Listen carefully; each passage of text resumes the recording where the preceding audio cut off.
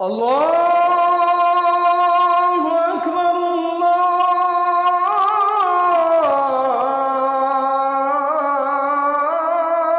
আল্লাহু আকবার।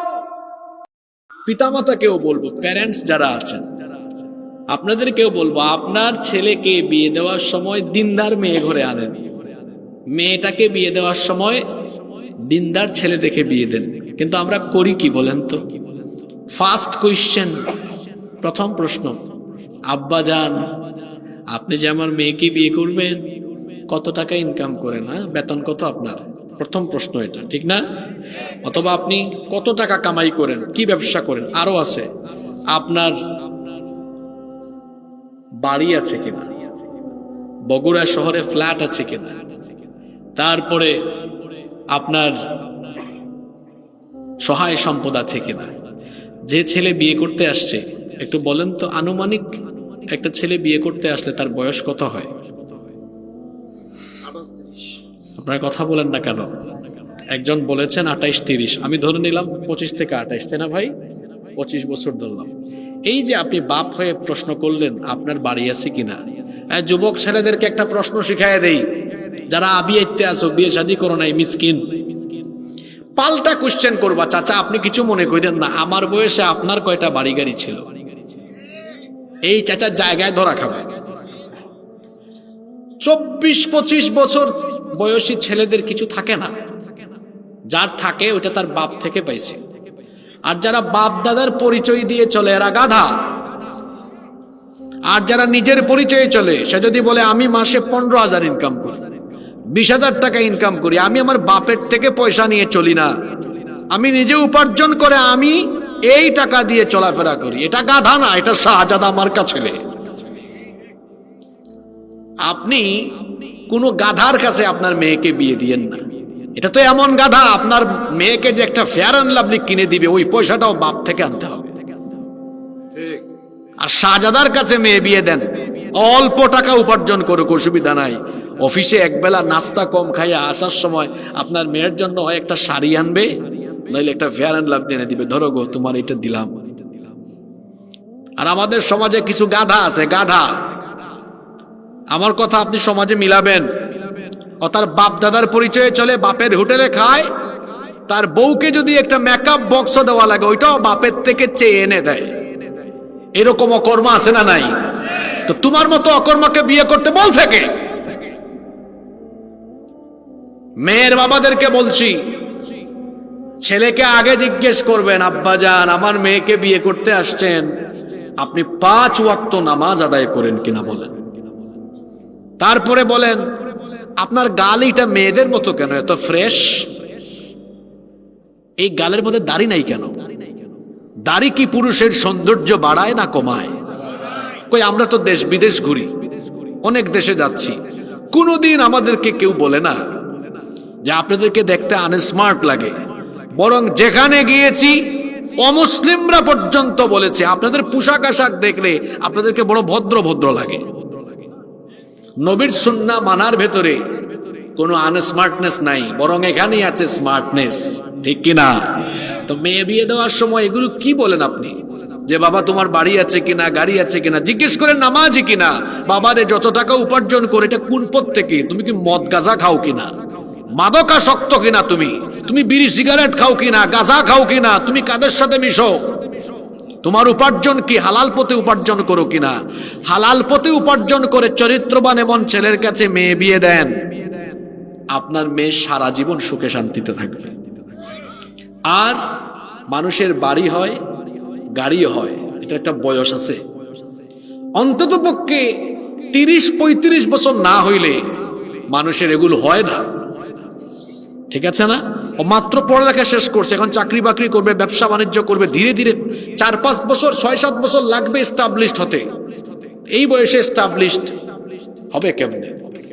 এই যে প্রধান অতিথি সাবেক এমপি ছিলেন, উনি কি বিয়ে কইরা এমপি হয়েছে না বিয়ের আগে এমপি হয়েছে? আরে বলেন না, আমরা তো ওনার সমালোচনা করছি না, এটা আপনাদেরকে বোঝাচ্ছি, বিয়ের পরে হয়েছে। এই যে আমি বগুড়াতে পরিচিত হুজুর হইলাম, আমার বাড়ি তো সিলেটে, এটা বিয়ের আগে হয়েছে না পরে হয়েছে? এটাও পরে হয়েছে। তাহলে মানুষ বিয়ের আগে সফল হয় না, বিয়ের পরে সফল হয়। কিন্তু আমাদের সমাজের বেশিরভাগ মেয়ের বাপের মাথায় ঢুকানো আছে না, এস্টাবলিশড ছেলের কাছে বিয়ে দিতে হবে। ইস্টাবলিশ ছেলে পাইতে হলে তো বয়স লাগবে 33-34, আর যে ছেলে 33-34-35 বছর হয়ে গেছে ওই ছেলের সাথে 17-18 বছরের মেয়ের ম্যাচিউরিটি আসতেও একটা ব্যাপার সেপার আছে। এই সকল পরিবারে আবার কলহ শুরু হয়। আপনি একটু হিসাব নিকাশ করবেন যে আমি যার কাছে বিয়ে দিচ্ছি তার বয়সের ফারাকটা কত, এটাও দেখতে হবে আপনাকে।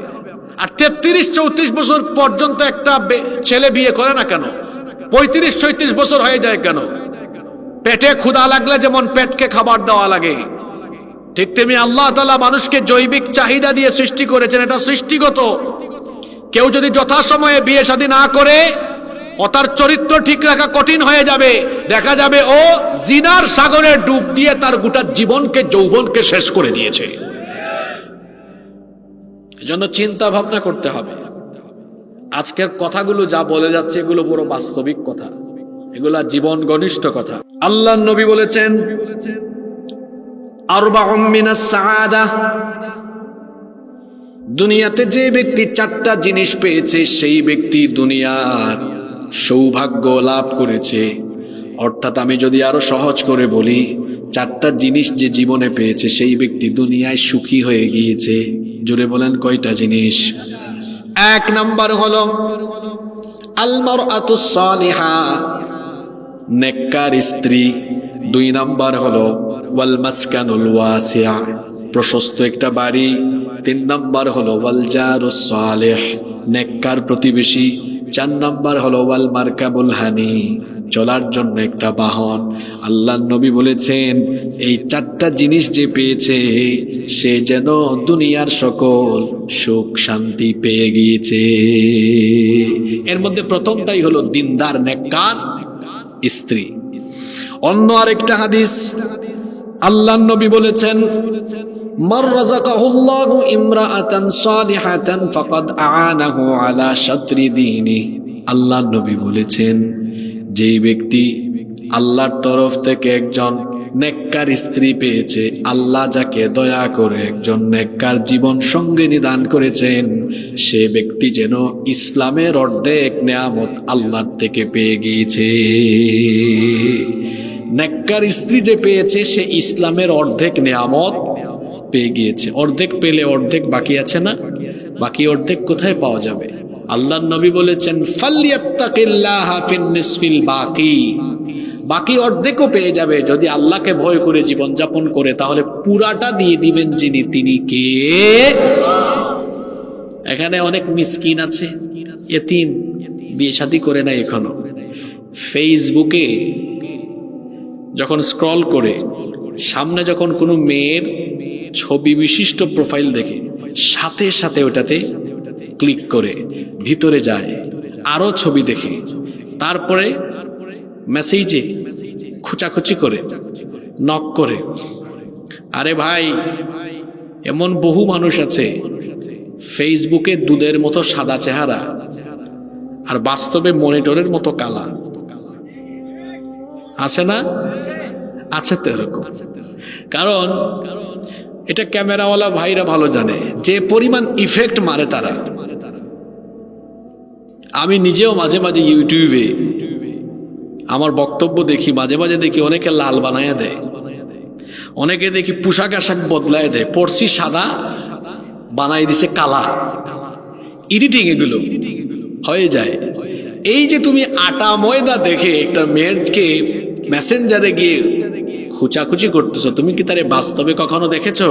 সুন্দরী মেয়ে দেখে দৌড়াইও না, বরং অপেক্ষা করো, হেফাজত করো। বিয়ের সময় চলে আসলে আব্বা আম্মাকে বলে তারপরে দিনদার মেয়ে দেখে বিয়ে করো। কোনো বেদিন সুন্দরীর পিছনে গুড়গুড় করো না। আর পিতামাতাকেও বলবো, প্যারেন্টস যারা আছেন আপনাদেরকেও বলবো, আপনার ছেলেকে বিয়ে দেওয়ার সময় দিনদার মেয়ে ঘরে আনেন, মেয়েটাকে বিয়ে দেওয়ার সময় দিনদার ছেলে দেখে বিয়ে দেন। কিন্তু আমরা করি কি বলেন তো? ফার্স্ট কোয়েশ্চেন, প্রথম প্রশ্ন, আব্বা জান আপনি যে আমার মেয়েকে বিয়ে করবেন কত টাকা ইনকাম করেন, বেতন কত আপনার? প্রথম প্রশ্ন এটা, ঠিক না? অথবা আপনি কত টাকা কামাই করেন, কি ব্যবসা করেন? আরো আছে, আপনার বাড়ি আছে কিনা, বগুড়া শহরে ফ্ল্যাট আছে কিনা, তারপরে আপনার সহায় সম্পদ আছে কিনা। যে ছেলে বিয়ে করতে আসছে, একটু বলেন তো আনুমানিক একটা ছেলে বিয়ে করতে আসলে তার বয়স কত হয়? আপনার কথা বলেন না কেন? একজন বলেছেন 28-30, আমি ধরে নিলাম 25 থেকে 28, তাই না ভাই? 25 বছর ধরলাম। এই যে আপনি বাপ হয়ে প্রশ্ন করলেন আপনার বাড়ি আছে কিনা, যুবক ছেলেদেরকে একটা প্রশ্ন শিখাই দেই, যারা বিয়েতে আসো, বিয়ে শাদী করো নাই, মিসকিন, পাল্টা কোশ্চেন করবা, চাচা আপনি কিছু মনে করেন না, আমার বয়সে আপনার কয়টা বাড়ি গাড়ি ছিল? এই চাচার জায়গায় ধরা খাবে। 24-25 বছর বয়সী ছেলেদের কিছু থাকে না, যার থাকে ওটা তার বাপ থেকে পাইছে। আর যারা বাপ দাদার পরিচয় দিয়ে চলে এরা গাধা। আর যারা নিজের পরিচয়ে চলে, সে যদি বলে আমি মাসে 15,000 ইনকাম করি, 20,000 টাকা ইনকাম করি, আমি আমার বাপের থেকে পয়সা নিয়ে চলি না, আমি নিজে উপার্জন করে আমি এই টাকা দিয়ে চলাফেরা করি, এটা গাধা না, এটা শাহজাদা মার্কা ছেলে। আপনি কোনো গাধার কাছে আপনার মেয়েকে বিয়ে দিয়েন না। এটা তো এমন গাধা, আপনার মেয়েকে যে একটা ফেয়ার অ্যান্ড লাভলি কিনে দিবে, ওই পয়সাটাও বাপ থেকে আনতে হবে। আর শাহজাদার কাছে মেয়ে বিয়ে দেন, অল্প টাকা উপার্জন করুক, অসুবিধা নাই। অফিসে একবেলা নাস্তা কম খাইয়া আসার সময় আপনার মেয়ের জন্য হয় একটা শাড়ি আনবে, নইলে একটা ফেয়ার অ্যান্ড লাভ এনে দিবে, ধরো গো তোমার এটা দিলাম। আর আমাদের সমাজে কিছু গাধা আছে, গাধা, আমার কথা আপনি সমাজে মিলাবেন। ও তার বাপ দাদার পরিচয়ে চলে, বাপের হোটেলে খায়, তার বউকে যদি একটা মেকআপ বক্স দেওয়া লাগে ওইটাও বাপের থেকে চেয়ে এনে দেয়। এরকম অকর্মা আছে না নাই? তো তোমার মতো অকর্মাকে বিয়ে করতে বলছে কে? মেয়ের বাবাদেরকে বলছি, ছেলেকে আগে জিজ্ঞেস করবেন, আব্বাজান আমার মেয়েকে বিয়ে করতে আসছেন, আপনি 5 ওয়াক্ত নামাজ আদায় করেন কিনা বলেন। তারপরে বলেন আপনার গালিটা মেয়েদের মতো কেন, এত ফ্রেশ? এই গালের মধ্যে দাড়ি নাই কেন? দাড়ি কি পুরুষের সৌন্দর্য বাড়ায় না কমায়? কই আমরা তো দেশ বিদেশ ঘুরি, অনেক দেশে যাচ্ছি, কোনোদিন আমাদেরকে কেউ বলে না যে আপনাদেরকে দেখতে আনস্মার্ট লাগে। বরং যেখানে গিয়েছি অমুসলিমরা পর্যন্ত বলেছে আপনাদের পোশাক আশাক দেখলে আপনাদেরকে বড় ভদ্র ভদ্র লাগে।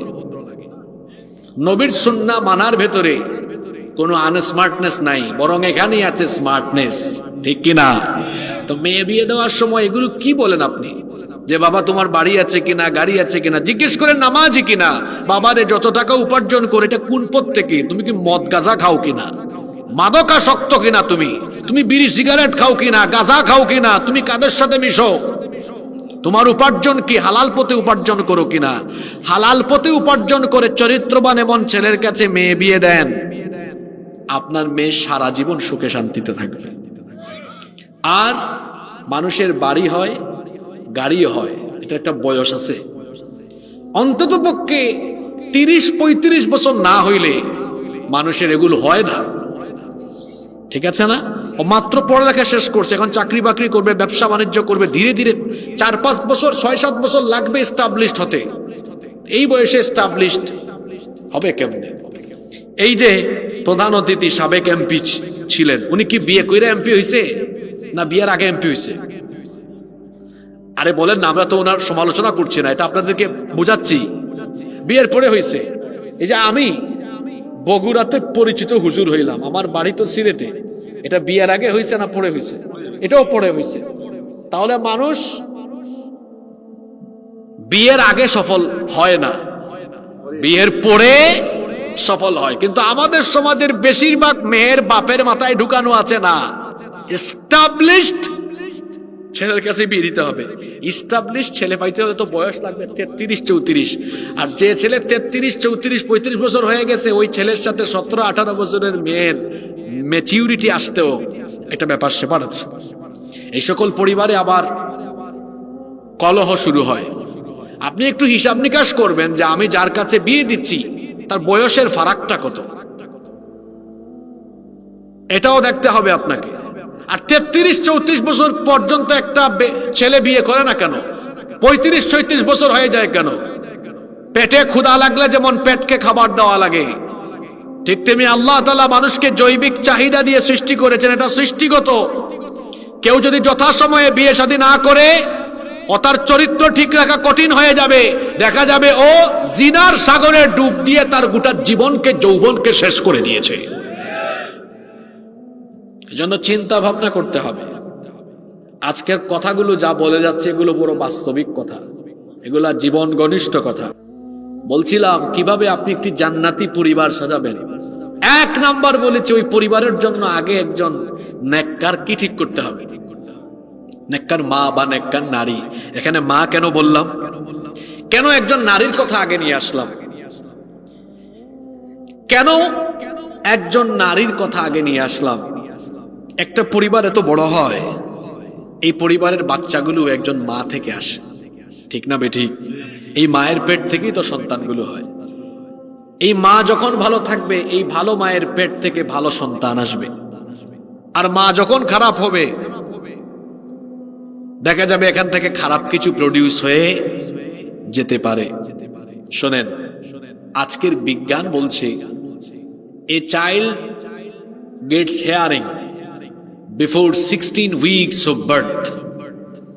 একটি সন্তান পৃথিবীতে আসার আগে, সে যখন তার মায়ের পেটে থাকে, জন্মের 16 সপ্তাহ মানে 4 মাস আগে থেকে মায়ের পেটে থেকেই সে সব সাউন্ড শুনতে পায়। সুবহানাল্লাহ পড়বেন না? আপনারা বলবেন হুজুর বিজ্ঞান তো দেখি বহু এগিয়ে গিয়েছে। হ্যাঁ, বিজ্ঞান ব্যাকডেটেড, কোরআন আপডেটেড। এই তথ্য কোরআনেও আছে। এখানে আলেমরা বসে আছেন। কোরআনে আল্লাহ তাআলা যত জায়গায় দৃষ্টিশক্তি আর শ্রবণ শক্তির কথা বলেছেন, সব জায়গায় আল্লাহ দৃষ্টিশক্তির আগে শ্রবণ শক্তির কথা বলেছেন। যেমন ইন্নাস সামআ ওয়াল বাসারা ওয়াল ফুআদা কুল্লু উলাইকা কানা আনহু মাসউলা। আল্লাহ এখানে বাসারের আগে সামা দিয়েছেন। অন্য আয়াতে যান ওয়াজআলা লাকুমুস সামআ ওয়াল আবসারা ওয়াল আফইদা। আল্লাহ তাআলা এইভাবে করে কোরআনে কারীমের সমস্ত জায়গায় দর্শন শক্তির আগে শ্রবণ শক্তির কথা বলেছেন। আধুনিক যুগের মুফাসসিরগণ এই আয়াতগুলোর ব্যাখ্যা করেছেন, যেহেতু আল্লাহ সব জায়গায় শ্রবণ শক্তির কথা আগে বলেছেন, তার মানে মানুষ আগে শ্রবণ শক্তি পায়, পরে দৃষ্টিশক্তি পায়। বিজ্ঞান এটা বোঝা আরো সহজ করে দিল। পৃথিবীতে মানুষই হলো একমাত্র সৃষ্টি যারা জন্মের 4 মাস আগেই মায়ের পেটে থাকাকালীন সাউন্ড শুনে। সুবহানাল্লাহ পড়লেন না? তাহলে এই মাটা যদি খারাপ হয়, পেটের মধ্যে সন্তান নিয়ে, মনে করেন আজকে ওই কলেজে গেছে, গিয়ে ঢাকানাকা ঝাঁকানাকা শুনতেছে, এই মহিলার পেট থেকে তার বাচ্চাগুলা শুনতেছে, এই নারীর পেট থেকে যেটা বের হবে ওইটাও ঝাঁকানাকা ঝাঁকানাকা মার্কা সন্তান হবে। আর আরেকজন আজান হলেই নামাজে দাঁড়িয়ে যায় আর তিলাওয়াত করে আলহামদুলিল্লাহি রাব্বিল আলামিন আর রহমানির রহিম মালিকি ইয়াউমিদ্দিন ইয়্যাকা না'বুদু ওয়া ইয়্যাকা নাস্তাঈন ইহদিনাস সিরাতাল মুস্তাকিম সিরাতাল লাযীনা আন'আমতা আলাইহিম গায়রিল মাগদুবি আলাইহিম ওয়ালাদ-দাল্লিন।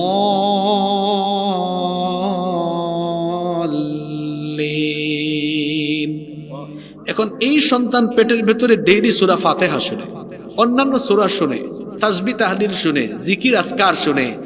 এই নারীর পেট থেকে যেটা বের হয়, বের হওয়ার পরে আলেম হয়, হাফেজ হয়, মুফাসসির হয়, জগৎ বিখ্যাত দার্শনিক হয়, ভালো মানুষ হয়, চরিত্রবান হয়, আল্লাহওয়ালা হয়, পীর মাশায়েখ পর্যন্ত হয়ে যায়। সুবহানাল্লাহ। তাহলে বুঝতেছেন একটা ভালো পরিবারের জন্য 1 নাম্বার পয়েন্টে কেন আগে ভালো মায়ের কথা বললাম। কারণ একজন মা, তিনি তো সন্তান উৎপাদনের কারখানা। তিনি যদি ভালো না হন তো পরিবার ভালো হবে কেমনে? এজন্য এখানে যত বাবারা এসেছেন, অনেক দাদারাও এসেছেন, তাই না? নাতি নাতনিকে অজাত কুজাতের হাতে তুলে দিয়েন না। এটা একটু আঞ্চলিক ভাষা ইউজ করলাম, অজাত কুজাত মানে বুঝছেন তো? আর বাবা যারা আছেন, ছেলে মেয়েকেও যে কারো হাতে তুলে দিয়েন না। আর তোমরা যারা আনমেরিড ব্যাচেলর মিসকিন আছো, হ্যাঁ, কি ব্যাপার, বিয়ে করে নাই কে কে? একটু হাত তুলো তো দেখি। শরম লাগে নাকি? আরে বাপরে বাপ, হাত তুলো না, দেখাও একটু। সংখ্যা তো অনেক আছে, মাশাআল্লাহ, অনেকে আছে পিছনে। আবার কেউ কে দেখি হাত তুলছে, দাড়ি টাড়ি আছে, বিয়ে শাদী করছে, আবারও হাত তুলে দেখি। আরো ইচ্ছা আছে নাকি? আর দরকার নেই। যদিও একাধিক বিয়ের অনুমতি ইসলামের শর্ত সাপেক্ষে, কিন্তু এটাকে ইসলাম উৎসাহিত করেনি। উৎসাহ দেওয়া এক জিনিস, আর অনুমতি দেওয়া আর এক জিনিস। অনুমতিও দিয়েছে শর্ত সাপেক্ষে।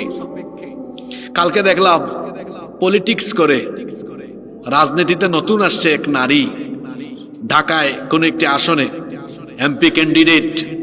এই নারী জাহেল, কিন্তু উনি একটা গুম পরিবারের সদস্য হিসাবে ওনার প্রতি আমার সিম্পিতি আছে। কিন্তু আমি বলবো, বোন, যেটা আপনি জানেন না ওই বিষয়ে আপনি কেন কথা বলেন? উনি বলেছেন যে যেই সমাজে পুরুষকে 4 বিয়ে করার অনুমতি দেওয়া হয়, এই সমাজ আমরা চাই না। এই কথা বলে উনি কি মানুষের বিরুদ্ধে বললো, না সরাসরি আল্লাহর আইনের বিরুদ্ধে বলল? আপনি তো বোন জানেনও না যে ইসলাম কি কারণে একাধিক বিয়ের পারমিশন দিয়েছে। আমি আবারও কথা বলছি, ইসলাম একাধিক বিয়েতে উৎসাহিত করেনি, বরং শর্ত সাপেক্ষে অনুমতি দিয়েছে। কথাটা কি বুঝছেন আপনারা? ইনকারেজ করা, উৎসাহিত করা এক জিনিস। যেমন বললাম, বগুড়ায় সবাই 4টা করে লাগান, একদম 4টা করে মারেন, মানে উৎসাহিত করে গেলাম, এটা এক জিনিস। আর বললাম আরেকটা, আপনি আমার কাছে আসছেন, হুজুর বিয়ার একটা করতে চাই। ভাই দেখেন না প্রথমটাকে নিয়ে চলা যায় কিনা, কারণ একাধিক বিয়েতে অনুমতি দেওয়া হয়েছে, শর্ত আছে, হক আদায় করতে হবে, এটা সেটা একসেপ্টা অনেক কিছু আছে। তো শর্ত সাপেক্ষে অনুমতি এক জিনিস, আর উৎসাহিত করা ভিন্ন জিনিস। ইসলাম একাধিক বিয়েতে উৎসাহ প্রদান করেনি, বরং শর্ত সাপেক্ষে পারমিশন দিয়েছে। এই পারমিশন দেওয়ার পেছনে একটা হিকমত আছে, একটা সিগনিফিকেন্স আছে। আমার দিকে তাকান, যে নারী বলেছেন উনার কমন সেন্সের সমস্যা আছে। মনে করেন এই শাখারিয়া এলাকায় এক মেয়ের বিয়ে হয়েছে, 2 মাস পরে তার স্বামী দুর্ঘটনায় মারা গিয়েছে। এই 18 বছরের মেয়ের জীবন কি শেষ হয়ে যাবে? হ্যাঁ, তার তো আরেকটা বিয়ে করা লাগবে। আচ্ছা, এটা তো মেয়ে দিয়ে বলছি, ছেলের কথা বলি। ছেলে বিয়ে করেছে, 3 মাস পরে তার বউ দুর্ঘটনায় মারা গিয়েছে। এখন এই ছেলে কি সারা জীবন এভাবে থাকবে? আরেকটা বিয়ে করবে। আরো কারণ আছে, বিয়ে হয়েছে, দেখা গেল বাচ্চা হচ্ছে না, চিকিৎসা করাতে করাতে ডক্টর বলেছেন উনি বন্ধা, পারবেন না, তার বংশের প্রদীপ তো টিকিয়ে রাখতে হবে, আরেকটা করেছে, এই শর্ত আছে। অথবা এমন হতে পারে তার স্ত্রী এমন কোনো কঠিন রোগে সুখে আক্রান্ত হয়েছে, এখন তার স্ত্রীর কাছাকাছি সে যেতে পারে না, সে আরেকটা বিয়ে করেছে। তবে এখানে শর্ত দেওয়া আছে, কিন্তু সব জায়গায় হক সকলের আদায় করতে হবে। এই যে বোন, আপনি একটা কথা বলেন, আপনি না জেনে বলেছেন, আপনি কথা, পৃথিবীর আল্লাহ নবীও একাধিক বিয়ে করেছেন, করেন নাই? একজন ছিলেন কুমারী, নাম কি? আয়েশা রাদিয়াল্লাহু আনহা। বাকি সবাই ছিলেন কেউ কেউ তালাকপ্রাপ্তা, কেউ কেউ বিধবা। একাধিক বিয়ে ইসলাম উৎসাহিত করেনি, শর্ত সাপেক্ষে অনুমতি দিয়েছে, জায়েজ করেছে।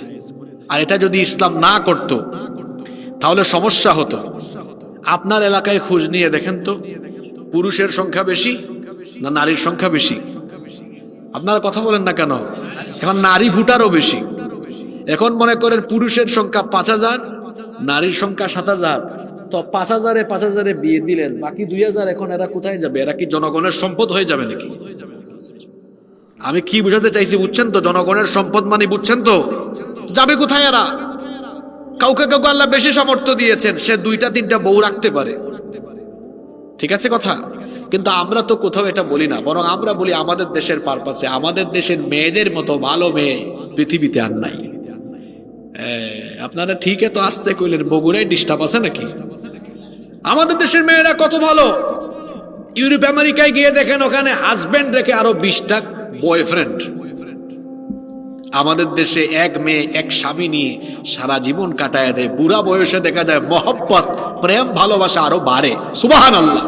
এক এক সময় এক একটা, যৌবনকালে একরকম ভালোবাসা, তারপরে প্রৌঢ়কালে একরকম, আর এরা যখন বুড়া বুড়ি হয়, বুড়া বুড়িকে বলে কি গো তুমি কই যাও, তুমি ছাড়া হয় না, একটু ওই যে এটার নাম কি, সুপারি যে ইয়ে করে, এটাকে আপনারা কি বলেন, সেচে যে ওই যন্ত্রের নাম কি আপনাদের এলাকায়? জাতা। আমাদের সিলেটে এটাকে কি জানি বলে, আমারও মাথায় আসতেছে না। কুটনি, কুটনি মনে পড়ছে আমার, কুটনি। আপনাদের বগুড়া কি বলে ভাই? শেষনা। মাখরাজ ঠিক আছে, শেষনা, শেষনা নাকি?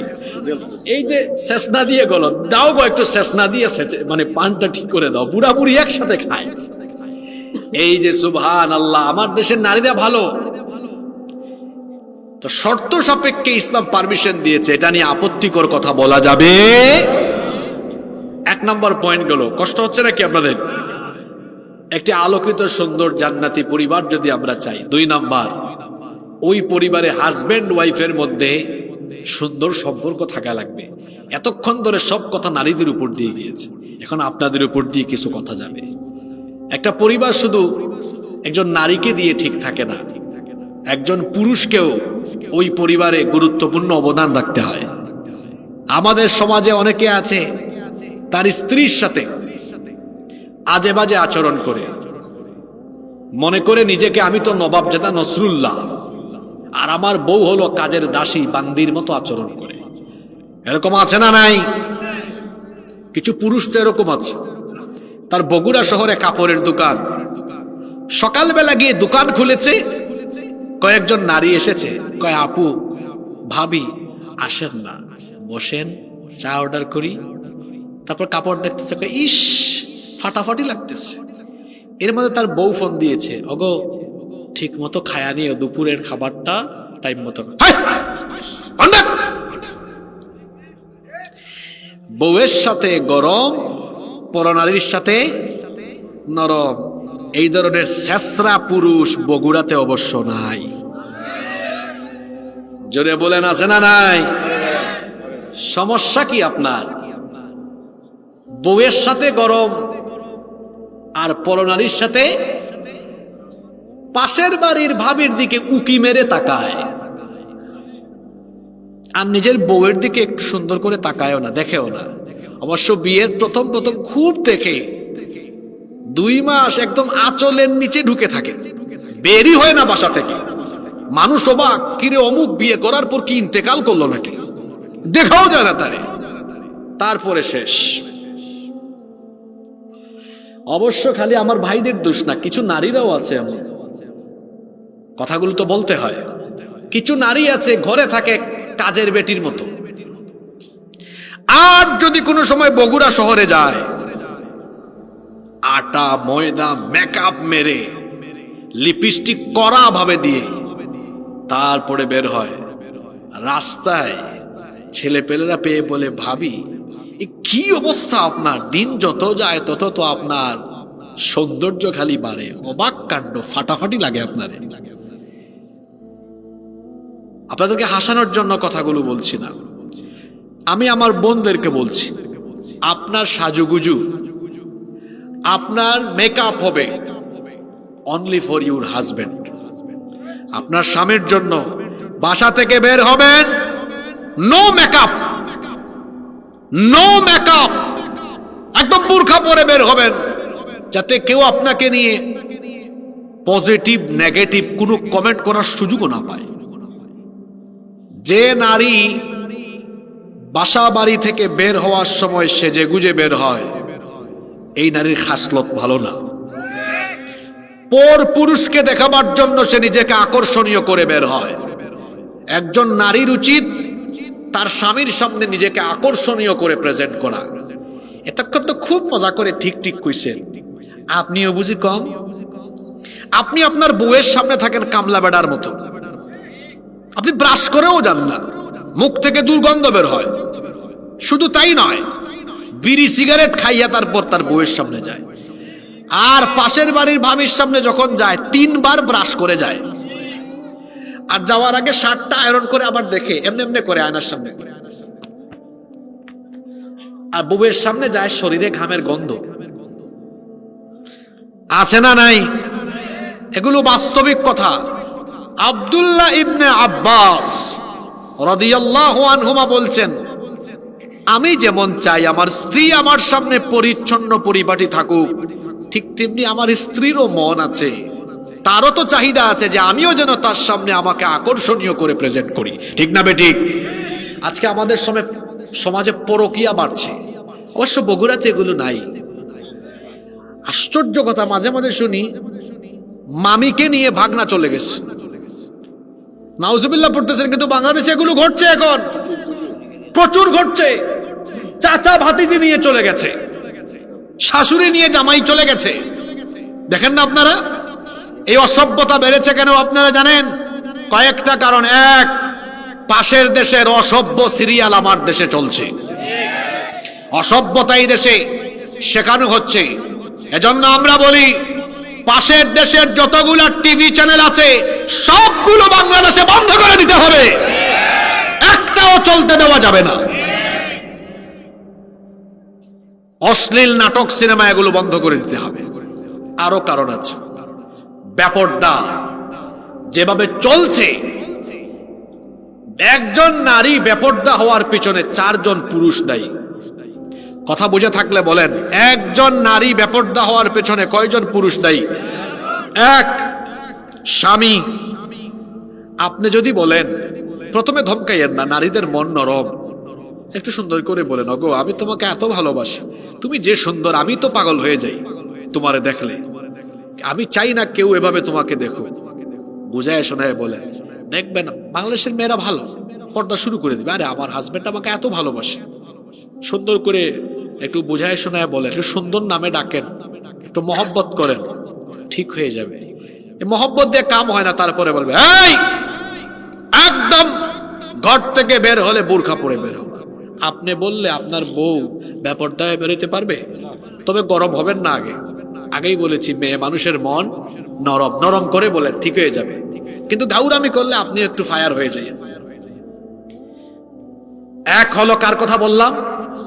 ঘুমায় গেছেন নাকি আপনারা? 2, বাবা আপনার মেয়ে বেপর্দা হয়ে বেরোয় কেন? আপনি তারে পর্দা শিখান নেই, আপনি দায়ী।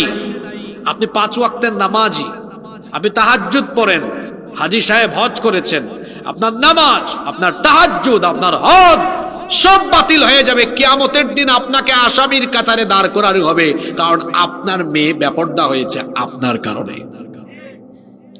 1, স্বামী। 2, কথা বলেন না কেন বাবা। 3, হ্যাঁ ঠিক আছে, আপনার কথাও ঠিক আছে, বড় ভাই, বড় ছেলে, এই 4 জন দায়িত্বশীল পুরুষ। কারণ আমি শুদ্ধা, আপনারা সহ কেউ কি এই 4 ক্যাটাগরির বাইরে আছে নাকি? জুড়ে বলেন, কেউ কি 4 ক্যাটাগরির বাইরে আছি? এজন্য আমাদের ঘরের নারীদেরকে পর্দা করাতে হবে।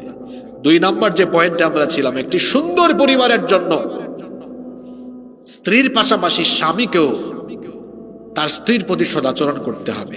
কেননা রব্বুল আলামিন কোরআনুল কারীমের 4 নাম্বার সূরা সূরাতুন নিসা এর 19 নম্বর আয়াতের শেষাংশে বললেন, ওয়াআশিরুহুন্না বিল মারুফ ফাইন কারিহতুমুহুন্না ফাআসা আন তাকরাহু শাইআন ওয়া ইয়াজআলাল্লাহু ফীহি খায়রান কাসীরা। আল্লাহ তাআলা বলছেন, তোমরা তোমাদের স্ত্রীদের সাথে সদাচরণ করো, সুন্দর আচরণ করো। যদি তুমি তোমার স্ত্রীকে কষ্ট দাও, দুঃখ দাও, মনে রেখো এমন জিনিসকে তুমি আঘাত করলে যার মধ্যে আল্লাহ তোমার কল্যাণ রেখেছেন। সুবহানাল্লাহ। এজন্য নিজের স্ত্রীর সাথে ভালো আচরণ করবেন। যখন খাবার খাবেন একসাথে বসে খাবার খাবেন, পারলে একই প্লেটে খাবেন। আপনার স্ত্রীকে একটু খাওয়াই দিবেন, উনিও আপনাকে খাওয়াই দিক। দেখবেন পরস্পর রোমান্স বাড়বে, নিজেদের মধ্যে হৃদ্যতা বাড়বে, সম্পর্ক আরো বেশি মজবুত হবে। মাঝে মাঝে নিজের স্ত্রীকে গিফট করবেন, নিজের স্ত্রীকে নিয়ে আপনি ঘুরতে যাবেন। একা একা শুধু ঘুরিয়েন না, মাঝে মাঝে বউকে নিয়ে ঘুরতে যায়েন। যখন পানি পান করবেন, একই গ্লাসে পানি পান করেন, দেখবেন মহব্বতটা আরো বাড়বে। একই কাপে কফি কিংবা চা পান করেন, মহব্বত আরো বাড়বে। রোমান্স আপনি আজে বাজে বিভিন্ন সেলিব্রিটি থেকে শিখতে হবে না, এটা আপনাকে শিখিয়ে গিয়েছেন মুহাম্মদ সাল্লাল্লাহু আলাইহি ওয়াসাল্লাম। আমাদের মা উম্মুল মুমিনিন আয়েশা রাদিয়াল্লাহু আনহা বলেছেন, আমি হলাম পৃথিবীর শ্রেষ্ঠ নারী, কারণ আমার কুলে মাথা রেখে নবীজি দুনিয়া থেকে বিদায় হয়েছেন। সুবহানাল্লাহ। তিনি আরো বলেছেন আমার পিরিয়ড চলাকালীন অবস্থায় আমার নবী আমার কোলে মাথা রেখে আমার সাথে গল্প করেছেন। আমার নবী আমাকে এত মহব্বত করতেন, তিনি বলেছেন কখনো আমি কোনো গোশতের টুকরা চাবালে মাঝে মাঝে দুষ্টুমি করে আমার থেকে সেটা ছিনিয়ে নিয়ে তারপরে যেখানে আমি ঠোঁট লাগিয়ে খেতাম সেখানে ঠোঁট লাগিয়ে তিনি খাওয়া আরম্ভ করে দিতেন। সুবহানাল্লাহ। আমাদের মা আয়েশা রাদিয়াল্লাহু আনহা আরো বলেছেন, আমি যে গ্লাসে পানি পান করতাম, গ্লাসের যে অংশে ঠোঁট লাগিয়ে পানি পান করতাম, আমার নবীও সেই গ্লাসের ঠিক ওই জায়গায় ঠোঁট লাগিয়ে পানি পান করতেন। আল্লাহর নবী আরো বলেছেন, খায়রুকুম খায়রুকুম লিআহলি, তোমাদের মধ্যে সে ব্যক্তি উত্তম যে তার স্ত্রীর কাছে তার পরিবারের কাছে উত্তম। আমি আমার পরিবারের কাছে উত্তম, এজন্য তোমাদের মধ্যেও সে উত্তম যে তার স্ত্রীর কাছে, যে তার পরিবারের কাছে উত্তম। কারণ একজন পুরুষ মানুষ কেমন এটা সব থেকে ভালো জানে তার বউ। ওই যে দেখেন ফেরাউন, সে বিবি আসিয়াকে বলছে, আসিয়া আমি তো ক্ষুধা হয়ে গিয়েছি, তুমি আমার উপর ঈমান আনো। আসিয়া বললেন, পৃথিবীর কেউ জানুক আর না জানুক আমি তো জানি আপনি জিনিসটা কি। তিনি বললেন, তুমি ক্ষুধা না হুদা এটা আমার থেকে ভালো কেউ জানে না। আর এইদিকে আমার নবী হেরা গুহা থেকে ফিরে এসে খাদিজা রাদিয়াল্লাহু আনহাকে যখন বললেন, খাদিজা রাদিয়াল্লাহু আনহা সব কিছু শুনলেন। ওয়ারাকা বিন নওফেলের কাছেও নিয়ে গেলেন। যখন ওয়ারাকা বিন নওফেলও বললেন, আল্লাহ আপনাকে নবী বানিয়েছেন, নবীজি তার বিবি খাদিজা রাদিয়াল্লাহু আনহাকে বললেন, খাদিজা তোমার কি মনে হয়? তিনি বললেন, 15টা বছর ধরে সংসার করে যা বুঝতেছি আপনি সাধারণ কোনো ব্যক্তি নন। আপনার মধ্যে যত কোয়ালিটি আছে সব হলো নবুয়তি কোয়ালিটি।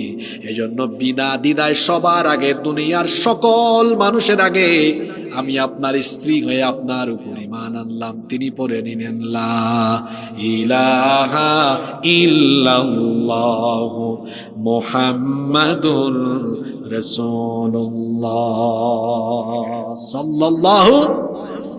জান আজকে গিয়ে আপনি বলিয়েন, চাচা আপনি চাচিরে গিয়ে বলিয়েন, ওগো শুনছো আমি তো পীর হয়ে গেছি। খবর আছে, চাচি বলবে তুমি পীর না ক্ষীর এটা আমি ভালো জানি। আমাদের মতো বহু হুজুরও বউয়ের কাছে ধরা থাকে অনেক সময়, কি বলেন থাকে না? হ্যাঁ, মাহফিলে হুঙ্কার, বউয়ের কাছে গিয়ে চুপচাপ। কারণ জায়গাটা কিন্তু সেন্সিটিভ, বেশি কথা বললে খাবার দাবারে ঝামেলা আছে, ঠিক না বে ঠিক? আর যারা বউয়ের সাথে ঝামেলা করে এদের চেহারা ভালো থাকে না, স্বাস্থ্যের ঘাটতি দেখা দেয়। এখানে ঝামেলা করবেন একদম খাবার দাবারে সব লাগাই দিবে। আর আপনি বউয়ের সাথে ভালো আচরণ করবেন, চেহারা সুরতের উন্নতি থাকবে, আদর করে করে আপনারে খাওয়াবে, ঠিক না বে ঠিক? সম্মানিত উপস্থিতি, কষ্ট হয়ে যাচ্ছে নাকি আপনাদের? 10-15 মিনিট মনোযোগী থাকা যাবে না? সারা রাত, আরে বাপরে বাপ, কঠিন এনার্জি। আপনি কি বিয়াইতে না বিয়াইতে? হ্যাঁ, বিয়ে করছেন? এই জন্য তো বেশি ইন্টারেস্ট যে হুজুর তো আজকে খুব সাংঘাতিক বিষয় ধরছে, মজা লাগতেছে তাই না? যাই হোক, আল্লাহ যারা বিয়ে করে নাই তাদের সবাইকে দিনদার স্ত্রী নসিব করে দিও। আরো আসতে বলে না আমিন। তিন নম্বর, নিজেদের পরিবারকে জান্নাতি পরিবেশ বানানো যাবে, ওই পরিবারের মধ্যে সালামের চর্চা থাকা লাগবে। জোরে বলেন তো কিসের চর্চা? এখন আমাদের শহরাঞ্চলের পাশাপাশি, এটা তো পৌরসভার অন্তর্ভুক্ত, আমি যতটুকু জানি এটা বগুড়া পৌরসভার অন্তর্ভুক্ত না, তো পৌরসভা এরিয়া। এখন আমাদের পরিবার থেকে সালাম উঠে গিয়ে পাশ্চাত্য কালচার আমাদের উপরে চাপিয়ে দেওয়া হয়েছে। যেমন আমরা দেখা হলে বলছি হাই, হ্যালো, হেই, বলে না? অথচ আল্লাহ আমাদেরকে শিখিয়েছেন হাই হ্যালোর পরিবর্তে কি? আমার দিকে তাকান, একটা ঘটনা শোনাবো, একটা ঘটনা। বলেন তো আল্লাহ সবার আগে যে মানুষকে বানিয়েছেন সেই মানুষের নাম কি? আরো জুড়ে বলেন, সেই মানুষের নাম কি? আদম আলাইহিস সালামকে আল্লাহ ৬০ হাত লম্বা করে বানিয়েছেন। সুবহানাল্লাহ বাসায় গিয়ে বলবেন নাকি? আপনি কয় হাত? তো ৫, ৫.৫ ফিট, ৩.৫ হাত, তাই না? আর আমাদের বাবা আদম আলাইহিস সালামকে আল্লাহ তাআলা ৬০ হাত লম্বা করে বানিয়েছেন। আপনারা বলবেন হয়তো হুজুর আমরা এত কম কেন? আফসোস কইরেন না, আল্লাহ যখন জান্নাতে ঢুকাবেন সবাইকে আল্লাহ তাআলা আদম আলাইহিস সালামের মতো ৬০ হাত লম্বা করেই ঢুকাবেন। আরো আস্তে বলেন সুবহানাল্লাহ। আদম আলাইহিস সালামকে আল্লাহ বানানোর পরে আল্লাহ আদম আলাইহিস সালামকে ডাকলেন, বলেন আদম এদিকে আসো। আসার পরে বললেন ইযহাব হাউলা ইন্নাফারি মিনাল মালাইকা, ওই যে দেখো ফেরেশতাদের একটা দল দেখা যায়, সেখানে যাও। যাওয়ার পরে ফাসাল্লিম, গিয়ে তাদেরকে সালাম দাও। খেয়াল করে শুনেন, পৃথিবীর প্রথম মানুষকে আল্লাহ সৃষ্টি করার পরে সবার আগে আল্লাহ তাকে সালাম শিক্ষা দিয়েছেন। জোরে বলেন কি শিক্ষা দিয়েছেন? সালাম। এটা আমি আপনাদেরকে শিখাচ্ছি না, আরেকটা জিনিস মনে রাখবেন, আল্লাহরও একটা নাম হলো সালাম। আল্লাহর একটা নাম কি? ওই যে আপনারা ওই আয়াতটা পড়েন, হুয়াল্লাহুল খালিকুল বারিউল মুসাউবিরু লাহুল আসমাউল হুসনা ইউসাব্বিহু লাহু মা ফিস সামাওয়াতি ওয়াল আরদ। না, এর আগের আয়াত কি? হুয়াল্লাহুল্লাযী লা ইলাহা ইল্লাহু আল মালিকুল কুদ্দুসুস সালামুল মুমিনুল মুহাইমিনুল আজিজুল জব্বারুল মুতাকাব্বির সুবহানাল্লাহি আম্মা ইউশরিকুন। সালাম হলো আল্লাহর নাম। এজন্য মানুষের নাম সালাম হয় না, মানুষের নাম হয় আব্দুস সালাম। আব্দুস সালাম অর্থ কি? সালামের গোলাম, সালামের বান্দা। মানুষের নাম কখনো শুধু সালাম হয় না, মানুষের নাম হয় আব্দুস সালাম।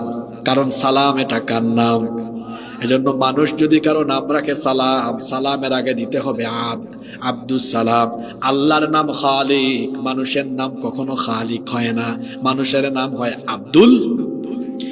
আল্লাহর নাম হলো মাজিদ, এই জন্য মানুষের নাম কখনো মাজিদ হয় না, মানুষের নাম হয় আব্দুল মাজিদ।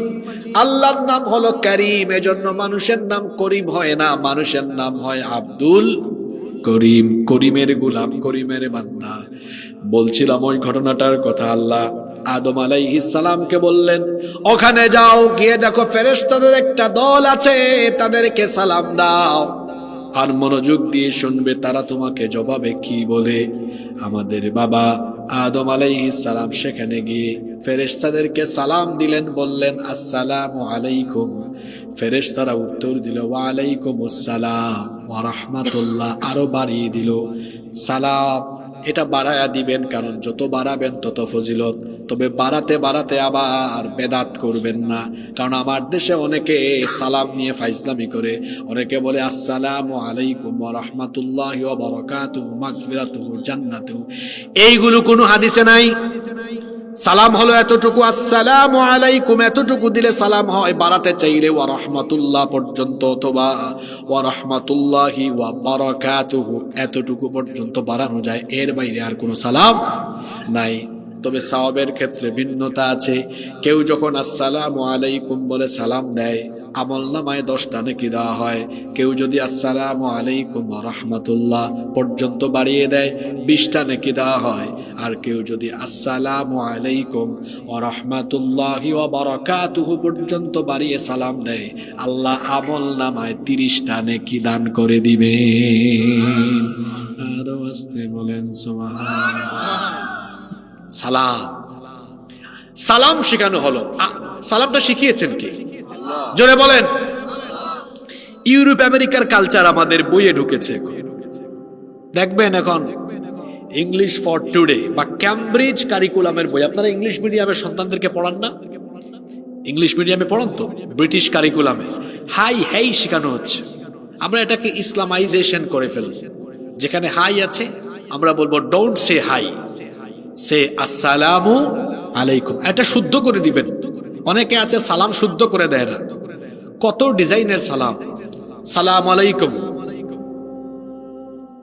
ইসলাম আলাইকুম, ইসলাম আলাইকুম, মানে এমন খুব স্টাইল, সালামালাইকুম সালামালাইকুম। আপনারা হাসতেছেন, হাসানোর জন্য বলতেছি না তো, এরকম বলে কি বলে না? আর আমাদের দেশে যারা পলিটিক্স করে 100-র মধ্যে 90 জন বিশুদ্ধ সালাম দিতে পারে না। মিলাই নিয়েন আপনারা। আরেকজন সালাম দিয়েছে সালাম আলাইকুম, আরে বাপরে বাপ, এত সালাম দেয় নাই, মানুষ মারি ফেলছে। সাম এটা আরবি শব্দ, সাম শব্দের অর্থ মৃত্যু, আর সালাম মানে শান্তি। আসসালামু আলাইকুম মানে আপনাদের উপরে শান্তি বর্ষিত হোক, আর সালাম আলাইকুম মানে আপনারা সব মরি যান। তো সালাম দিল না আপনার জন্য গজবের দোয়া করলো? আপনারা আমাকে শুদ্ধ করে একটা সালাম দেন। ওয়ালাইকুম আসসালাম ওয়া রাহমাতুল্লাহি ওয়া বারাকাতুহু। মনে মনে আমার ভাবিয়েন না, হুজুর চালাক আছে, একসাথে এতগুলা সালাম একবারে আদায় করছে। এটা একটা তালিম। আমি শুদ্ধ করে আপনাদেরকে একটা সালাম দেই, জবাব দিয়ে আসসালামু আলাইকুম ওয়া রাহমাতুল্লাহি ওয়া বারাকাতুহু। এভাবে শুদ্ধ করে সালাম দিতে পারবো না? এটার চর্চা থাকবে কোথায়? আমাদের পরিবারে। আচ্ছা, একটা আদব শিখান তো। কোরআনের মাহফিলে আসছেন, একটা আমল শিখে যান। বলেন তো দেখি, ঘরে ঢুকার আগে কি দিতে হয়? ঘরে ঢুকার আগে সালাম দিতে হয়, কিন্তু কয়জন এই কামটা করেন? অনেকে বলে হুজুর আমার ঘর তো তালা দেওয়া, আমি কারে সালাম দিতাম? তালা দেওয়া থাকলেও সালাম দিবেন, কারণ ফেরেশতা আপনার সালামের জবাব দিবে। সুবহানাল্লাহ। কেউ শুনলে শুনুক, না শুনলে নাই, প্রত্যেকের সাথে 2 জন আছে, সেই 2 জনের নাম কিরামান কাতিবিন। ঢুকতেছেন সালাম দিয়ে ঢুকবেন। অনেকের বাসা বাড়িতে জিন ভূতের আসর থাকে, সালাম দিয়ে ঢুকবেন, শয়তান বায়ু ত্যাগ করতে করতে পালায়া যাবে। আল্লাহু আকবার। আল্লাহ তো এটা আমাদেরকে শিখিয়েছেন, যখনই ঘরে ঢুকবা فَإِذَا دَخَلْتُمْ بُيُوتًا فَسَلِّمُوا عَلَى أَنفُسِكُمْ تَحِيَّةً مِّنْ عِندِ اللَّهِ مُبَارَكَةً طَيِّبَةً। কোরআনে কারীমের 24 নম্বর সূরা, সূরাতুন নূরের 61 নম্বর আয়াতের শেষাংশে আল্লাহ বলছেন, যখনই তোমরা তোমাদের ঘরে প্রবেশ করবে তখন সালাম দিয়ে ঢুকবে। এটা এই হুজুর শিখাচ্ছে না আল্লাহ শিখাচ্ছে? আজকেই ঘরে, আজকে মাহফিল শেষে বাড়ি গেলে সালাম দিয়ে ঘরে ঢুকবেন, পারবেন? চাচা দিতে পারবেন? এমন হইতে পারে চাচি বলবে, কি ঢং করতেছো না, মস্কারা করো আমার সাথে, এত বছর সংসার করো, সালাম দিয়ে আমারে ঢুকো তুমি। এরকম হয়তো অনেক সময় হয় না? আমার দেশের নারীরা মনে করছে সালাম সব স্বামীকে দিবে, তারা কোনো সালাম নিবে না। একবার এক ভাই বলে, হুজুর আমি ওয়াজ শুনে বাড়িতে গেছিলাম, কি আমার বউকে আমি প্রথমে দরজা নক করছি, খুলছে, আমি বললাম আসসালামু আলাইকুম, আর জবাব দেয় না। ঢং করতেছো না, আমারে তুমি চিনো না? আশ্চর্য কথা। সালাম তো যে কেউকে দিতে পারে। আপনি আপনার ছেলেকে দেন, আপনার মেয়েকে দেন, আপনি আপনার নাতি নাতনিকে দিবেন সালাম, এতে কি হবে? সে শিখে যাবে। কিছু কিছু মুরব্বী আছে রাস্তায়, এটা বিভিন্ন এলাকায় আমি দেখছি, ছোট ছোট ছেলে মেয়েরা বা তরুণ যুবকরা সালাম না দিলে খুব ফায়ার হয়। হাই, তোর বাপের নাম কি? আদব কায়দা নাই বেটা, আমার দেখোস না তোর বাপের সমান বেটা, সালাম দিল না কেন? সালাম দে। জোর করে আদায় করে তারপর যায়, আছে না নাই? তা আপনি ফায়ার না হয়ে আপনি এই ছেলেগুলার পাশে গিয়ে বলতে পারতেন আসসালামু আলাইকুম, হাসি দিয়ে বলেন, ছেলেগুলা জবাব দিয়ে এমন লজ্জা পাবে, আরে বাপের সমান মানুষ, সালামটা আমাদেরকে আগে দিয়ে দিল। দোস্ত শোন, এই চাচারে নেক্সট টাইম কোনোদিন দেখলে আগে বাগে রেডি থাকবি, আগেই আমরা চাচাকে সালাম দিয়ে দিই। তাহলে আপনি একটা সালাম দিয়ে শেখাতে পারেন। এই শাখারিয়া এলাকায় রাস্তাঘাটে, দোকানপাটে, বাজারে, অলিতে গলিতে, বাড়িতে বাড়িতে আমরা সালামের সাউন্ড দিয়ে গোটা এলাকাকে আমরা সালামে সমৃদ্ধ করে ফেলব। এত আসতে বললেন কেন? পারবেন? সবাই পারবেন? এই মাহফিলের সাউন্ডের আওয়াজ কি বাড়িতেও যাচ্ছে তো না? খবর আছে? পিয়াত্তা ভাইরা রেডি হন, আজকে ভাবি রেডি আছে যে আজকে বহুদিন পরে একটা সালাম পাবো, হুজুর ওয়াজ করে দিছে আমার জামাইকে, গিয়ে সালাম দিবেন। পারবেন না ইনশাল্লাহ? দেখেন, 1 নাম্বার বলেছি নেককার স্ত্রী, 2 নাম্বার স্বামী স্ত্রী উভয়ের আচরণ সুন্দর হতে হবে, 3 ঘরের মধ্যে সালামের চর্চা থাকবে, নাম্বার 4 সেই বাড়িতে অবশ্যই নামাজের পরিবেশ থাকবে। কি থাকবে? অনেকের বাড়িতে নামাজ নাই, এমনকি এখানে আল্লাহর বহু কুতুব ওয়াজ শুনতে বসে গেছে যারা কিনা এশার নামাজ আদায় করে আসে নাই। এমনকি কিছু কুতুব এখানেও আছে যে প্যান্ট আর লুঙ্গি পরে আসছে, ওইটা তো নাপাকি নিয়ে আসছে। আসার সময় রাস্তায় দাঁড়াইয়া কাম করে আসছে। হাসানোর জন্য বলছি না, আমরা যখন মাহফিলে মুনাজাত করে যাই, মাঝে মাঝে গাড়ির গ্লাসের ডানে বামে তাকায় দেখি মাহফিল থেকে শ্রোতা যাওয়ার সময় রাস্তার ধারে দাঁড়ায় দাঁড়ায় কাম সারি দেয়। আমার দেশে ওয়াজ বেশি, আমল কম। কবি বলেছেন, আমাদের দেশে হবে সেই ছেলে কবে কথায় না বড় হয়ে কাজে বড় হবে। নাপাক থাকবেন না, কারণ নাপাক লোকদের সাথে কখনো ফেরেশতা থাকে না, এদের সাথে থাকে শয়তান। বলেন তো, নাপাকের সাথে থাকে কে? কখনোই 1 সেকেন্ডের জন্য নাপাক হবেন না, কারণ আপনার 1 সেকেন্ডের বেঁচে থাকার কোনো সম্ভাবনা। নবীজি বলেছেন, ইউবাতু কুল্লু আবদিন আলা মা মাতা আলাইহি, মানুষ যে অবস্থায় মারা যায় ওই অবস্থায় তাকে হাসরের ময়দানে যিনি উঠাবেন, গলার আওয়াজ বড় করে বলেন, তিনি কে? তো নাপাক হয়ে মরবেন, নাপাকের সাথে হাসর হবে, পবিত্রদের সাথে আপনার হাসর হবে না। বলছিলাম, আমার দেশে ওয়াজ মাহফিলে মানুষ বেশি, কিন্তু দেখা যায় মসজিদে নামাজের টাইমে মানুষ কম। ওয়াজ শোনা নফল, আর নামাজ আদায় করা হলো, জোরে বলেন, নামাজ আদায় করা কি? কিয়ামতের দিন সবার আগে যে আমল সম্পর্কে আল্লাহ হিসেব চাইবেন, সে আমলের নাম কি? নামাজ ছাড়া জান্নাতের গন্ধ পাওয়া যাবে না। যেই ব্যক্তির ঈমান তাকে নামাজে দাঁড় করাতে পারে না, সেই ব্যক্তির ঈমান তাকে জান্নাতেও নিয়ে যেতে পারবে না। এজন্য সবার আগে নামাজ। নিজে নামাজি হবেন, ছেলে মেয়েগুলোকে নামাজি বানাবেন। অনেকে আছে একটা দিন উষ্টা খাইয়াও পশ্চিম দিকে পড়ে না, বাচ্চাগুলাকেও নামাজি বানায় নাই। কেমন জীবন আপনার বলেন তো ভাই? কেমন জীবন আপনার বলেন? সন্তানগুলোকে নামাজি বানিয়ে গেলেন না, কবরে যাওয়ার পরে এরা আপনার কবরের পাশেও একদিন দাঁড়াবে না, নামাজে যেও আপনার জন্য দোয়া করবে না। কিন্তু আপনি যখন নামাজে যাবেন, সন্তানগুলোকে হাতে ধরে ধরে নিয়ে নামাজে যাবেন, নামাজি বানায়া যান। কারণ হলো, কবরে যাওয়ার পরে এই সন্তান কাজে আসবে যদি নেককার সন্তান বানায় যেতে পারেন। বলেন তো দেখি, সারা পৃথিবীর সাগরের পানি দিয়ে জাহান্নামের আগুনকে কি নিভানো যায় নাকি? পুরুষ মানুষের মতো জবাব দেন, যায় নাকি? সারা পৃথিবীর সাগরের পানি দিয়ে কবরের জাহান্নামের আগুন নেভানো যায় না। কিন্তু যদি নামাজি সন্তান, দিনদার সন্তান রেখে যান, এরা যখন আপনার জন্য 2 ফোঁটা চোখের পানি ছাড়বে, সারা দুনিয়ার, এমনকি আটলান্টিক প্রশান্ত দুনিয়ার বড় বড় সাগর মহাসাগরের চেয়েও, সাগরের বিশাল জলরাশির চাইতেও আপনার নেককার সন্তানের 2 ফোঁটা চোখের পানির পাওয়ার অনেক গুণ বেশি।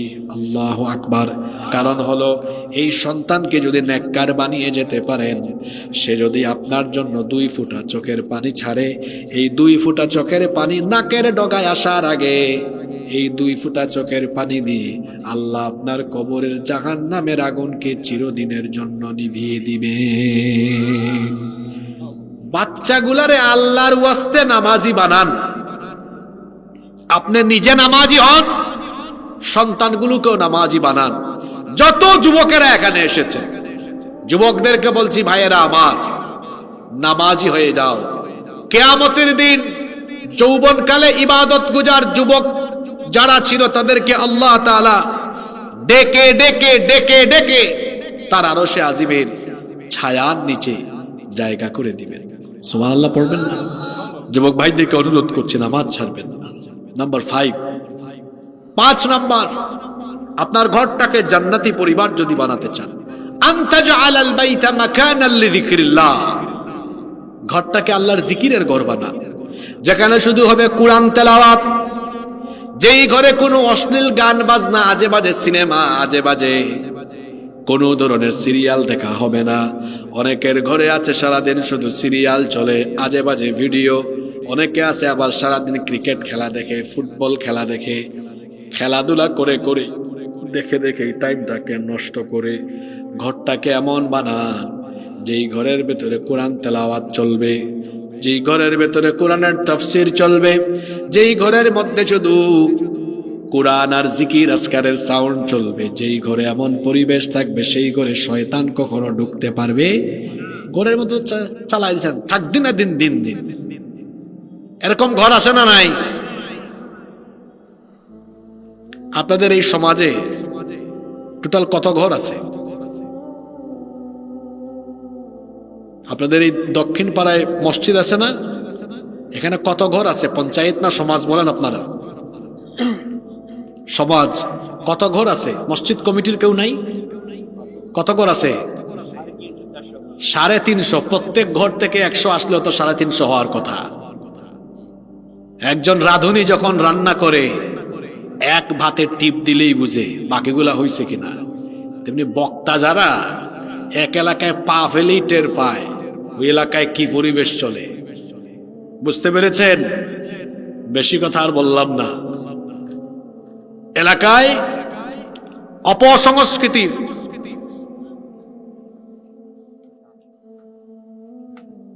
অপসংস্কৃতির চর্চা বাদ দিয়ে এলাকাতে আমরা সুস্থ সংস্কৃতির চর্চা করব। আমি ধন্যবাদ জানাচ্ছি ফি সাবিলিল্লাহ ফাউন্ডেশনকে। এই যুবকেরা চাইলে এখানে কনসার্ট আয়োজন করতে পারতো কিনা? এটা না করে তারা কোরআনের মাহফিল আয়োজন করেছে। আল্লাহ আমার ভাইদের প্রচেষ্টাকে কবুল করে নেন এবং এই এলাকাকে আল্লাহ কোরআনের জন্য আবাদ করে দেন। বলেন আমিন। একদিন এই ফি সাবিলিল্লাহ ফাউন্ডেশনের মাধ্যমে আমি আশা রাখি এই এলাকার প্রতিটি ঘরে ঘরে কোরআনের আলো জল জল করে জ্বলবে ইনশাআল্লাহ। এবং তারা এই কার্যক্রম অব্যাহত রাখবেন, আপনারাও সহযোগিতা করবেন ইনশাআল্লাহ। আমি বলছিলাম আমাদের ঘরগুলোর পরিবেশ সুন্দর বানাবো, সেখানে নাচ গান থাকবে না, দিন দিন দিন এগুলো থাকবে না। অনেকের বাড়িতে বিয়ে শাদী হয় গান বাজনা দিয়ে। এই যে সকল ছেলেরা এখানে আসছো বিয়ে করো নাই, তোমাদেরকে বলছি, তোমরা তো আমাদের জুনিয়র, এখনো বিয়ে শাদী করো নাই, তোমাদেরকে বলছি এই ঢোল বাজাইয়া গান বাজাইয়া বিয়ে করো না। কারণ বিয়ে একটা পবিত্র জিনিস। এই পবিত্র জিনিস, আচ্ছা গান বাজনা কি পাক পবিত্র না অপবিত্র? আমি তোমাকে বলে দিলাম, কান খাড়া করে একদম মেমোরিতে সেভ করে রাখো। যে ছেলে থাকবে না দিন দিন ঢোল বাজাইয়া গান বাজাইয়া বিয়ে করবে, মনে রাখবা তুমি তো অপবিত্র জিনিস দিয়া তোমার দাম্পত্য জীবন শুরু করলা। তোমার ঘরে যেগুলা আসবে এরপরে সব ডিস্কো আর ঝাঁকানাকা মার্কা আসবে। তোমার কপাল খারাপ।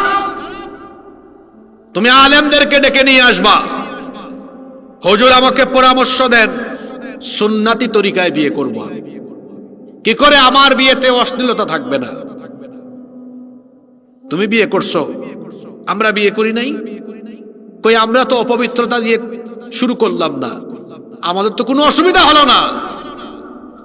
যুবকদেরকে সিদ্ধান্ত নিতে হবে। আমার এই ভাইরা সিদ্ধান্ত নিলে সমাজে অপসংস্কৃতির কবর হয়ে যাবে। কোনো গান বাজনা দিয়ে আমাদের বিয়ে হবে না, আমাদের গান বাজনা হবে দ্বীনি পরিবেশ, যেখানে কোনো নাপাক জিনিস থাকবে না। রাজি আছেন তো সবাই? অনেক জায়গায় গান বাজনা আর নারী পুরুষের অবাধ মেলামেশা দিয়ে বিয়ে শাদী হচ্ছে। বিয়ে হয় এখানে একজনের, আর এত অশ্লীলতা হয় যে বিয়ের পরে হাজবেন্ড ওয়াইফ যা করার কথা এক বিয়েতে আরো 20-40 জন এইরকম কারবার ঘটায় ফেলায়। এর দায় ভাইও ওই পরিবারের যারা এই অশ্লীলতার আয়োজন করলো। আল্লাহ সবাইকে হেদায়াত দান করেন। আমি বলছিলাম আমাদের ঘরের পরিবেশকে সুন্দর করুন।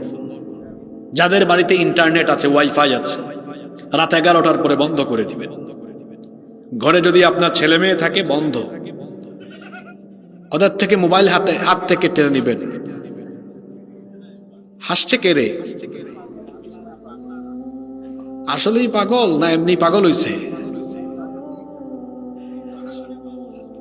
আচ্ছা দেখেন তার গালটাল ঠিক আছে কিনা, কারণ যারা রাত 3টা-4টা পর্যন্ত মোবাইলে পড়ে থাকে এদের গালের মাংস হাড্ডির চিপার ভিতরে ঢুকে গেছে। আমার কথাবার্তা একটু কঠিন হয়তো, একদম লাগে বেশি।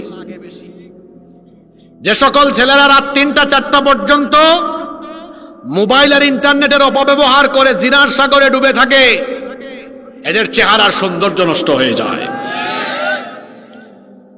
চেহারা হয়ে গেছে এমন, হাড্ডি টাড্ডি মাংস নাই তো, এমন দেখলে মনে হয় কি যে টানে আল্লাহ ভালো জানে। এক একটা চেহারা সুরত দেখছেন, এই দেখেন আমার বাবাদের বয়স এখনো নাদুস নুদুস চেহারা। কেন জানেন? কারণ ওনারা যখন আমাদের বয়সে ছিলেন ওনারা রাত 8টা-9টার পরে জেগে থাকার কোনো উপায় উপকরণ খুঁজে পাইতেন না। আপনাদের যুগে ইন্টারনেট ছিল না, মোবাইল ছিল না। আপনারা যখন যুবক ছিলেন আমাদের মতো, আপনাদের ঘরে টেলিভিশন তখন ছিল না। আমাদের মতো ইয়াং যখন ছিলেন তখন ওয়াইফাই ছিল না, স্মার্টফোন ছিল না। ছিল না তো। আমরা যখন, আমি নিজে যখন ক্লাস 6-7-এ পড়তাম তখন দেখছি আমাদের বাড়িতে এন্টিনাওয়ালা ফোন ছিল। মনে আছে কিনা আপনাদের?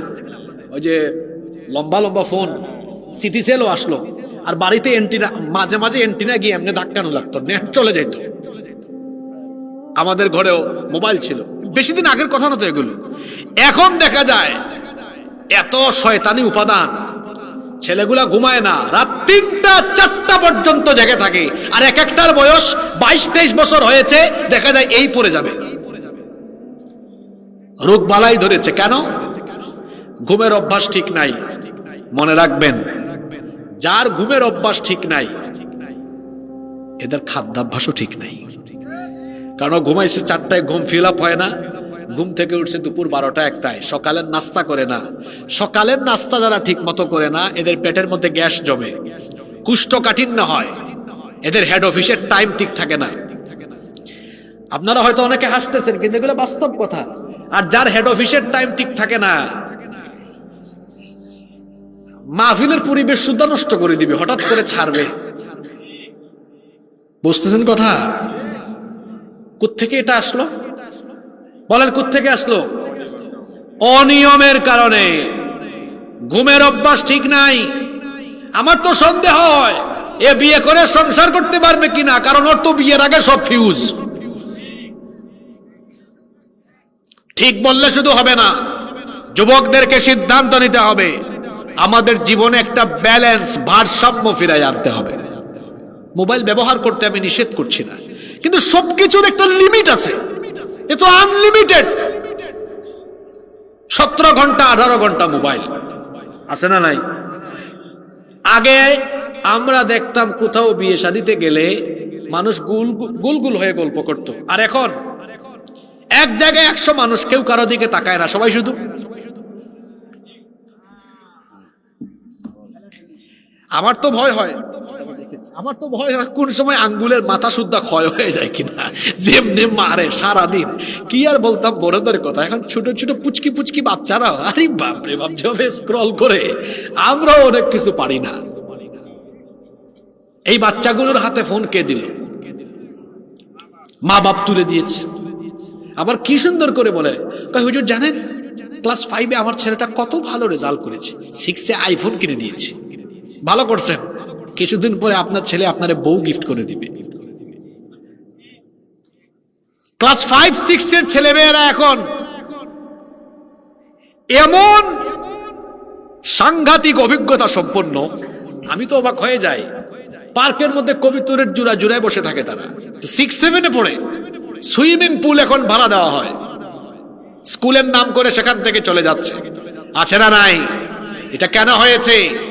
মা বাবা সন্তানের প্রধান শিক্ষা প্রতিষ্ঠান, ঘরের মধ্যে তাকে আদব শিখাননি, দিন শিখাননি, ঘরের মধ্যে পরিবেশ ঠিক করেননি বলে আপনার সন্তান আর চরিত্রহীনতার পথে পা বাড়িয়ে দিয়েছে। যে 5টি পয়েন্টে আজকে কথা বলেছি, এই 5টা পয়েন্ট বোঝার চেষ্টা করেন আর ঘরের মধ্যে এগুলো চর্চা করেন। সালামের চর্চা করেন, নামাজের পরিবেশ ঠিক করেন, হাজবেন্ড ওয়াইফ, ছেলে মেয়ে, নাতি নাতনি যারা আছে সবাইকে নিয়ে ঘরের মধ্যে একটা দ্বীনি পরিবেশ গড়ে তুলেন, দেখবেন আমাদের পরিবারটা জান্নাতি পরিবার হয়ে যাবে ইনশাআল্লাহ।